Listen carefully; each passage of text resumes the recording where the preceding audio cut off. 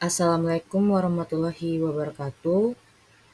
Perkenalkan, nama saya Narumi Sari Satonoga dengan NPM B1A020161.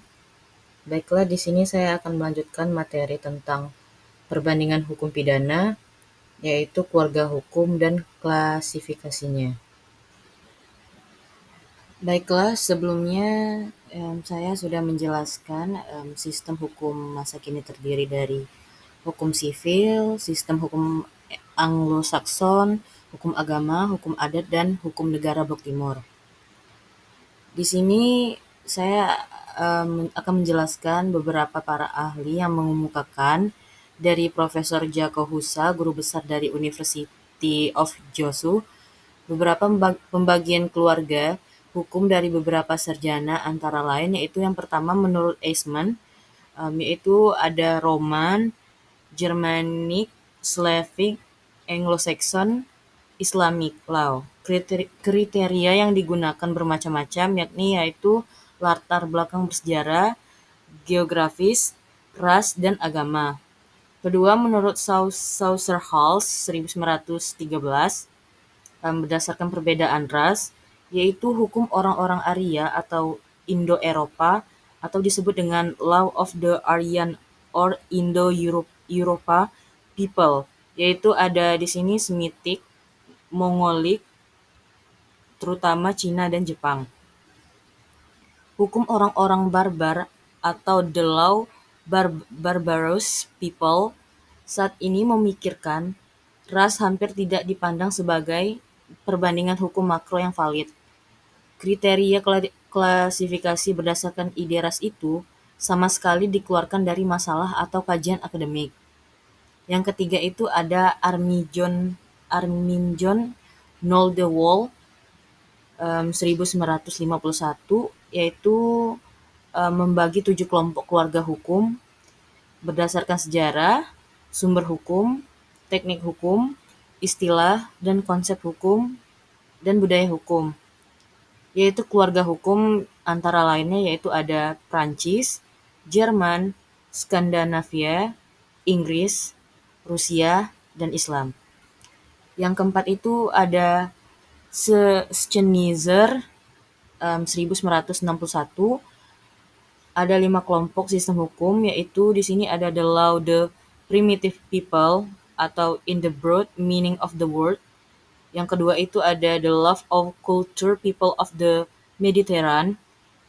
Yang ketiga itu ada Euro-America legal sphere atau disebut dengan Roman, Jerman, dan Anglo-America law. Yang terakhir itu ada religious law atau disebut dengan Jewish, Christian, and Islamic law. The law of American Asia Africa. Yang kelima itu ada David 1982 mengemukakan 4 kelompok keluarga besar hukum, yaitu Roman sama dengan Jerman. Yang kedua itu ada common law. Yang ketiga itu ada socialist law. Yang keempat itu ada philosophical or religious system atau disebut dengan Muslim law, Hindu law, law of the fair, and the law Africa and Madagascar.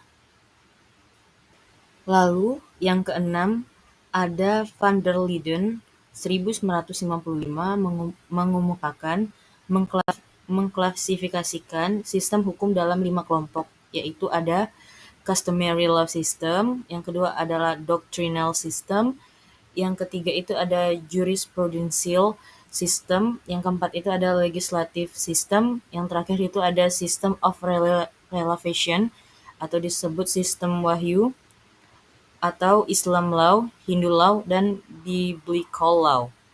Yang terakhir itu yang ketujuh ada Mattei 1997 mengemukakan dari sudut pandang sosiologi hukum, yaitu norma hukum yang mempengaruhi manusia itu berasal dari mana. Membagi sumber hukum dari 3 kelompok, yaitu yang pertama ada politik, yang kedua itu ada hukum, dan yang terakhir itu ada tradisi, filsafat, atau agama.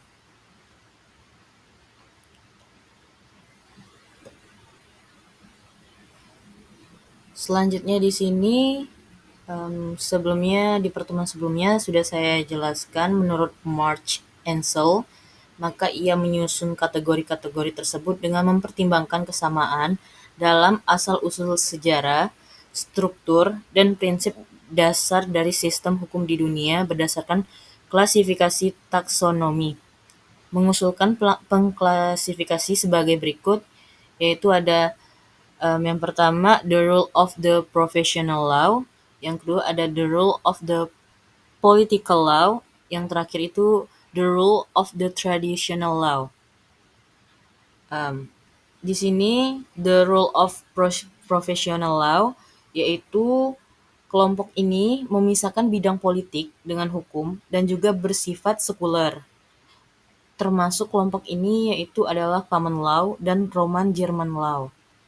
Yang kedua itu sistem hukumnya bersifat proses hukum sebagian berdasarkan besar ditentukan oleh hubungan politik.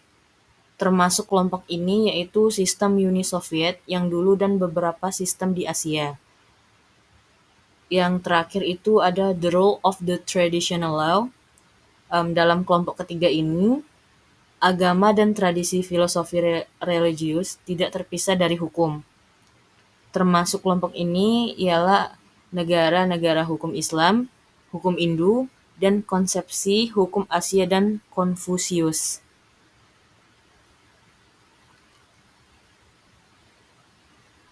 Selanjutnya di sini ada klasifikasi keluarga hukum, yaitu melakukan klasifikasi keluarga hukum dikelompokkan dalam apa yang dinamakan keluarga hukum atau disebut dengan legal familiar atau families the droids. Keluarga hukum adalah sistem-sistem hukum atau hukum nasional berbagai negara yang mempunyai banyak persamaan yang dikelompokkan menjadi satu. Melakukan klasifikasi adalah dasar dari seorang comparis atau pembanding untuk melanjutkan pekerjaannya. Klasifikasi keluarga hukum merujuk pada pembagian sistem hukum berdasarkan karakteristik dan ciri-ciri struktur keluarga yang diatur oleh hukum dan berbagai sistem hukum di dunia. Selanjutnya yaitu pengelompokan ini dimaksudkan untuk membantu. Yang pertama ada the Romano-Germanic family, yang kedua itu ada the common law family, yang ketiga ada the family of social law, yang keempat ada author conception of law and the social order atau konsepsi hukum dan tata sosial lainnya. Lalu di sini ada keluarga hukum berdasarkan sistem hukum, yaitu ada hukum sivil atau civil law. Yang kedua ada sistem hukum Anglo-Saxon atau disebut dengan common law. Yang ketiga itu ada hukum agama yang disebut dengan religious law. Yang keempat itu ada hukum adat. Yang kelima itu ada hukum negara blok timur atau sosialis. Yang nomor 2 itu ada keluarga hukum berdasarkan tradisi atau adat, lalu keluarga hukum berdasarkan tipe hubungan hukum keluarga, lalu keluarga hukum berdasarkan bentuk pengaturan hukum keluarga.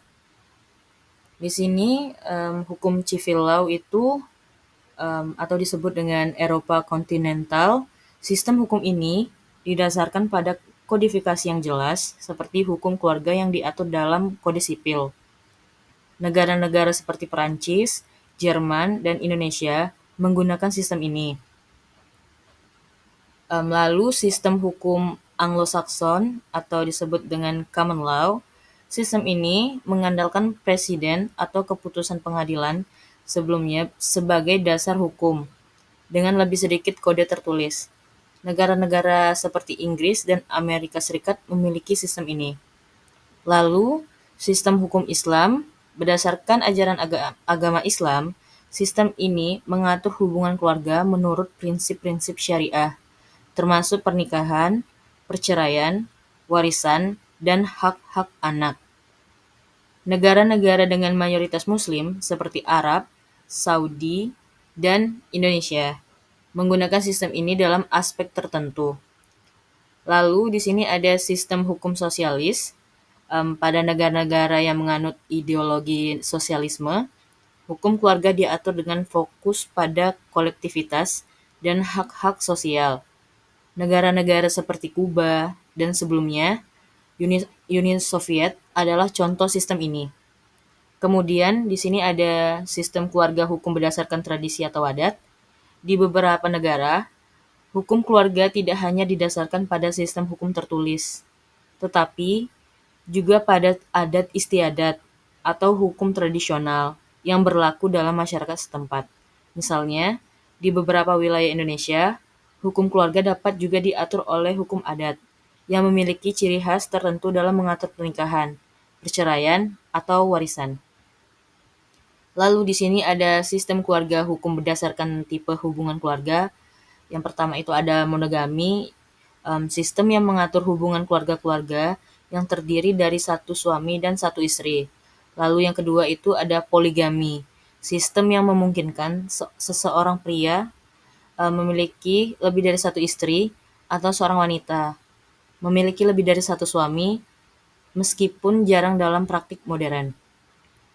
Lalu, sistem keluarga hukum berdasarkan bentuk pengaturan hukum keluarga, yaitu hukum keluarga modern biasanya berfokus pada kesetaraan dan hak asasi manusia.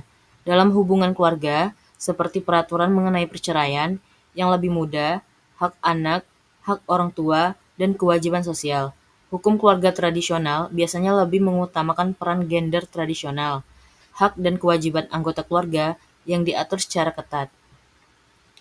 Klasifikasi-klasifikasi ini membantu memahami bagaimana hukum mengatur hubungan keluarga dalam berbagai sistem dan budaya yang berbeda. Lalu selanjutnya ada perbandingan hukum keluarga. Di sini perbandingan antara hukum pidana, hukum keluarga, dan hukum famili dapat dilihat dari berbagai aspek, baik dalam konteks, substansi hukum, tujuan, serta penerapannya. Meskipun hukum pidana, keluarga dan famili memiliki area yang saling berbeda, ketiganya berinteraksi dalam banyak kasus, terutama ketika terjadi tindak pidana dalam lingkup keluarga, misalnya kekerasan dalam rumah tangga. Masing-masing memiliki peran penting dalam menjaga ketertiban, keadilan, dan kesejahteraan masyarakat serta keluarga. Mungkin sekian materi kali ini yang saya bawakan. Jika ada salah kata dan kurang berkenan di hati, saya mohon maaf. Assalamualaikum warahmatullahi wabarakatuh.